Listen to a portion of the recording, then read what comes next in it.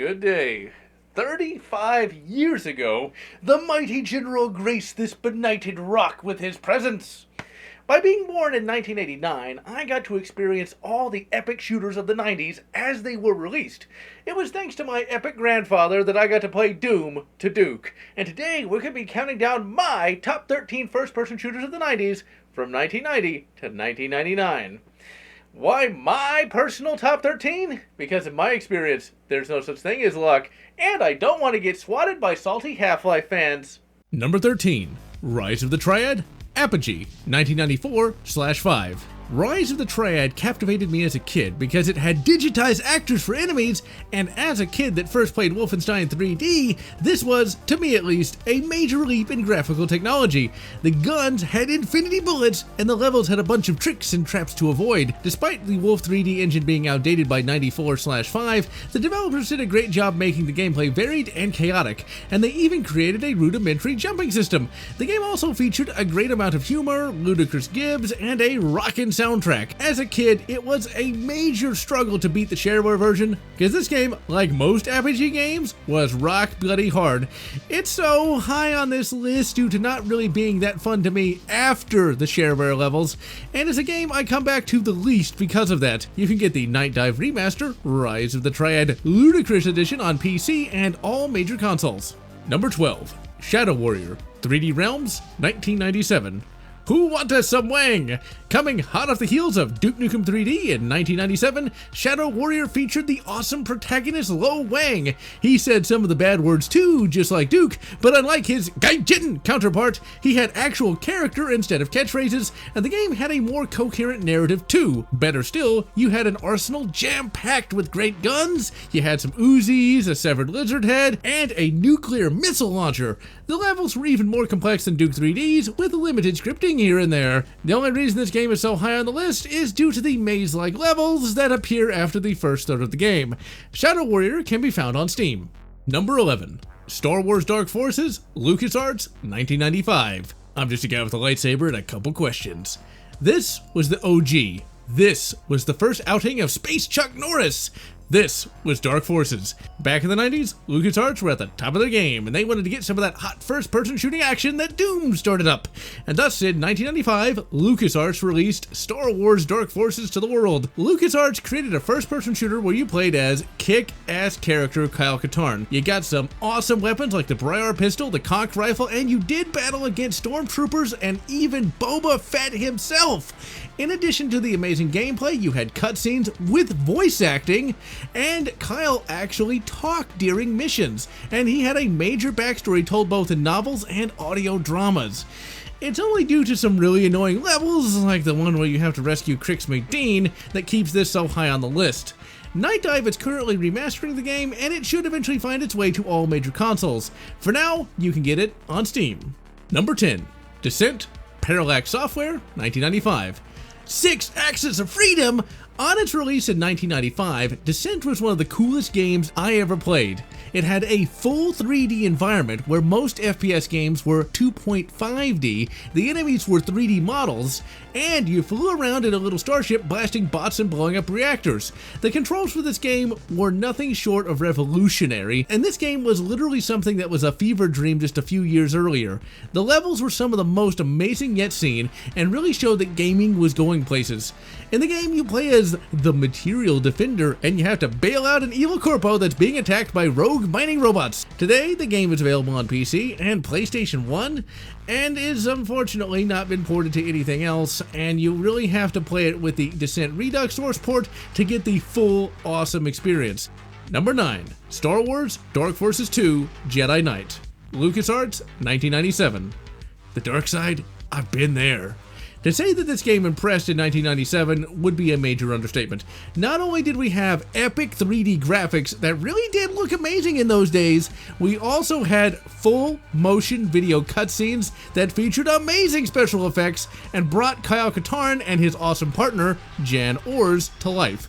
While the EU carried on the Star Wars saga, this was the true sequel to the Star Wars movies in visual form. Kyle Katarn has to stop the Dark Jedi Jarek from finding the Lost Valley of the Jedi and gaining the power to conquer the galaxy.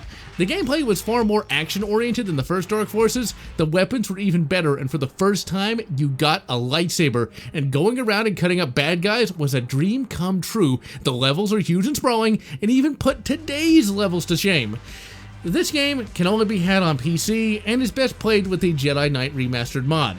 Number 8. Trac II, Iguana Entertainment, 1998. Beware, oblivion is at hand. Trac II was, for many, the Empire Strikes Back of the Turok games. In 1998, this was jaw-dropping on both the N64 and the PC. This was the first N64 game I ever owned, and it was such a huge game that my grandfather printed me out a walkthrough from the internet to finish the bloody thing. Trac II featured massive levels and a colossal arsenal of guns that included the infamous cerebral bore, a weapon that drilled out enemies' brains and made them explode.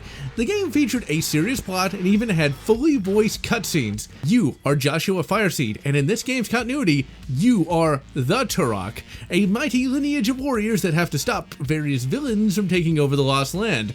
And in this game, you have to stop the evil Primogen. The reason it's number 8 is due to a couple boring levels here and there. This game can be found on PC and all modern consoles. Number 7. Heretic, Raven Software, 1994. This is what you get when you give D&D nerds a shitload of money in the Doom engine. Coming out in 1994, Heretic was an evolution upon the classic Doom formula. You got some fantasy weapons such as the ethereal crossbow, and you played as a badass elf named Corvus as he tried to free the land from the evil forces of the Serpent Riders. The game featured complex levels and a lot of fun shooting challenges, and for the first time in a Doom engine game, you could collect and use items. And while you couldn't jump, you could fly with a flight power-up. Heretic can be had on PC and is best played with the GZ Doom source port. Number 6. GoldenEye 007, Rare Software, 1997. Bond. James Bond. Released in 1997 for the N64, GoldenEye 007 was a major evolution of the first-person shooter genre, where before your main objective was to collect 3 keys and get to an exit, now you had to complete objectives to finish a mission.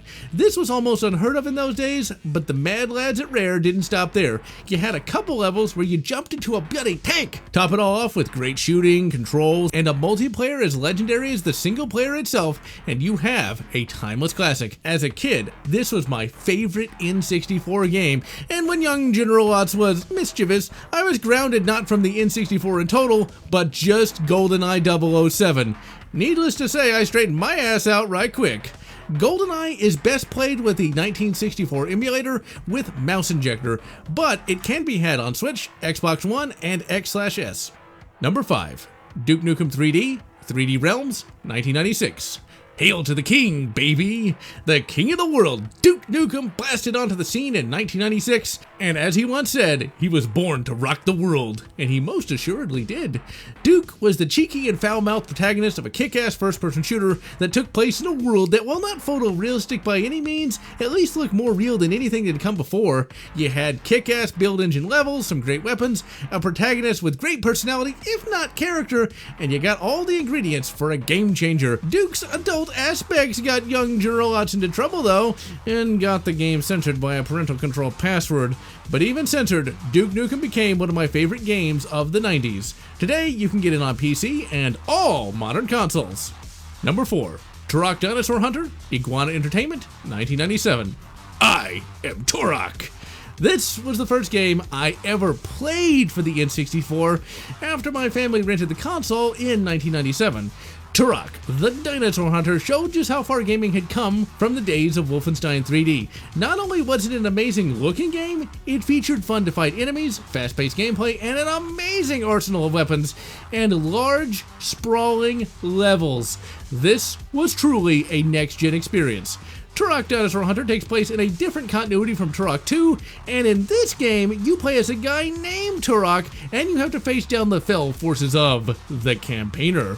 Today, you can find Turok on PC and all modern consoles. Number 3. Aliens vs. Predator, Rebellion Developments, 1999. It's game over, man! It's just game over! I have been, and always will be, a major Aliens and Predator fan, and in 1999, I got a game that gave me the closest experience to fighting xenomorphs I ever want to have.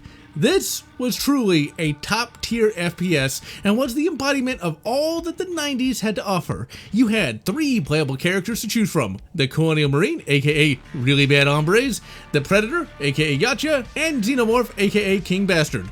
All 3 gameplay types were distinct and really bloody fun. The Colonial Marine had his awesome pulse rifle and smart gun, and you had to be quick on the trigger as the Xenos practically flew around a level and could cut you to ribbons in just a couple hits.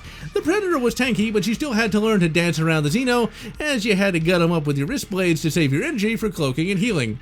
Finally, the Xenomorph was indeed my least favorite, but he was still fun nonetheless. You had your claw and tail, but you were able to move so fast that even Doom Guy could be envious.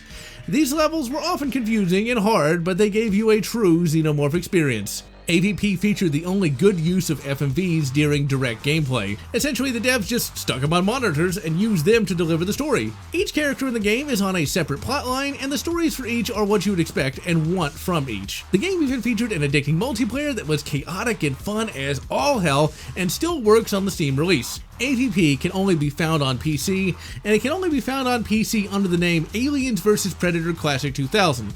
The gold edition of this game came out in that year, and well, there are a lot of games called just AVP, and you had to differentiate this game from that lot somehow. Number 2, Doom.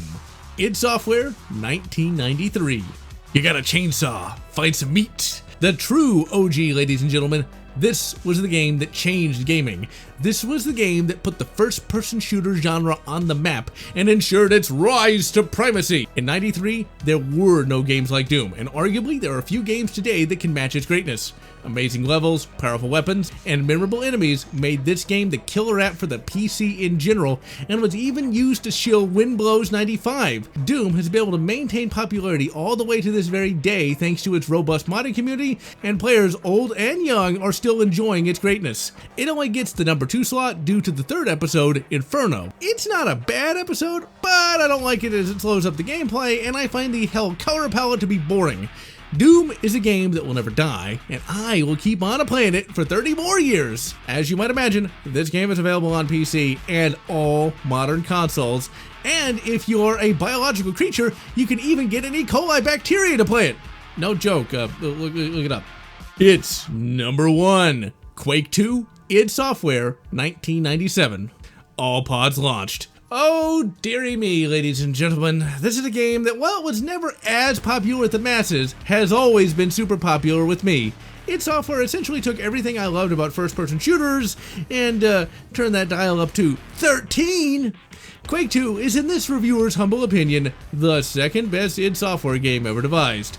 The first being 2003's Doom 3. Quake II brought in a bunch of amazing weapons. The double-barrel super shotgun literally blew enemies into little chunks. The machine gun had actual recoil, and my grandfather had to teach me how to use it effectively. The game had massive levels that let you fly through them, blasting all the bastards you could ever want. All the while, you got Sonic Mayhem blasting in the background. And speaking of the background, there were a bunch of cool background details, such as flies gathering over dead bodies. Both me and my grandfather absolutely loved that detail, and some of my favorite memories of the late 90s are playing this game on my grandfather's epic compact laptop. A laptop that was connected to a 25-inch monitor, and believe me, in those days, I was blown away by how good Quake II looked on there. The story is pretty great. You are a space marine named Bitterman. After the evil Strogg attacked Earth, you are part of Operation Alien Overlord, and you're taking the fight to the Strogg homeworld of Strogos. And it's up to you to shove some C4 up the Macron's ass and get revenge for Earth. Quake 2 can be had on PC and all modern consoles. Yeah, you know what's coming. You know we gotta push that algorithm. You know that if I was a disingenuous YouTuber, I would be saying, let me know about your favorite top 13 shooters in the comments. But in all reality, I do want to see what everyone's list is, because everyone's list will be a little bit different. I also know there's going to be plenty of comments flaming me for not having Half-Life or Unreal on that list. Now, after all of y'all are done burning me in effigy for not saying how great Quake 3 was, you might take a look in the description box for each individual review of those top 13 games. Well, sans GoldenEye, but we're getting that done later on. In any event, I am General Lotz, wishing you good Half-Life. And good Unreal. Or whatever, no.